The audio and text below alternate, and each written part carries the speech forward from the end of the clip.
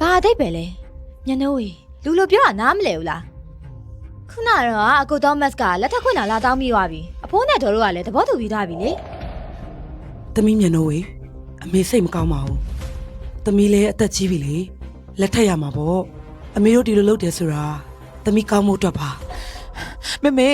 တောမန်ဆိုတာလေတောက်စားပျော်သွားနေရလူလျှောက်လူဝေတယောက်ပါမေရဲ့ အော်သမီးလေးရဲ့ तू ကလေကျမကိုစိတ်ခတ်ပြီးတော့မတရားပြုရှင်းခဲ့တာဒါကိုလည်းသူ့ကိုလက်ထပ်ခိုင်းအောင်မှာလား အစားမခြင်းမှာစကားတော့လုံးဝမစင်းနဲ့တော်မကသမီးလေးကိုသဘောကျလို့ပါသမီးပြောတော့ဘာလို့ရိုက်ဆိုင်တဲ့စကားအဖြစ်ကုန်ရတာလဲဒါအပြင်တော့ကရုပ်ရည်ကချုံမိုးပြီးတောမိသားစုကချမ်းသာတယ်သမီးသူ့ကိုလက်ထက်ရတာမနစ်နာပါဘူးမာနမကြီးဘူး ဒီလောက်ရှုံးမာတဲ့အပြုတ်မှုစကလုံးချိုလေးနဲ့လှည့်ပဲပြောရဲရှင်တို့မိသားစုကလက်ထပ်ဖို့စီစဉ်နေတာလေကြက်မိသားစုဩစာအာနာအတော့ချကြည့်ရုံပဲကျမတယောက်ကိုစရေးပြီးရှင်တို့မိသားစုအကျိုးစီးပွားအတွက်လဲလေတာ တော်တော်ရိုင်းနေဟောပြန်ပြောရတယ်ပေါ့ ညနိုးဝေအမေမှာတားခန်းတယ်တယောက်ပဲရှိတာသူ့ထောင်ကြတာမကြည့်ရဘူးတာသောမတ်ကပြောတယ်သမီးသာသူ့ကိုလက်ထက်ရင်တားလေးကိုကတ်ထုတ်ပေးမယ်တဲ့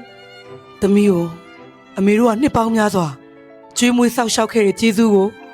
သမီးလေးဆက်လိုက်ပါတော့ ငါပြောပြမယ်ဒီတော့အကိုအခန့်တည်းမကဲခဲ့ဘူးဆိုရင်လေအဲ့ဒီမိသားစုနဲ့ရန်ဖြစ်မှာတော့မဟုတ်ဘူးဒီနေ့ဒီလိုဖြစ်ရအကောင်လုံးနေကြမယ် အချောလေးဘယ်လိုလဲငါပြောသားပဲဘယ်သူမှမင်းကိုမကာကွယ်နိုင်ပါဘူးလို့ငါလူလေးမာလေးကိုလက်ထပ်လိုက်တာနဲ့နေ့ဘဝနောက်ပိုင်းမှာကောင်းမွန်မွန်နဲ့နေထိုင်သွားစေရမယ်ဘယ်လိုလဲ ရှင်ကိုလက်ထပ်မယ်အစားကျမသေလိုက်မယ် မိဘတွေရဲ့အမေလူကြီးစကားနားတော့နင့်မင်္ဂလာကိစ္စဆုံးဖြတ်ခွင့်မရှိဘူးလက်ထက်ချင်းလည်းလက်ထက်မယ်မထက်ချင်းလည်းထက်ကမယ် မင်းကအခုချိန်ထိဇုညင်းနေနေမယ်လားကြည့်ရတာမင်းကိုမကယ်ချင်ဘူးထင်တယ် မဟုတ်ဘူးဘာလို့လဲဆိုတော့ ကဲ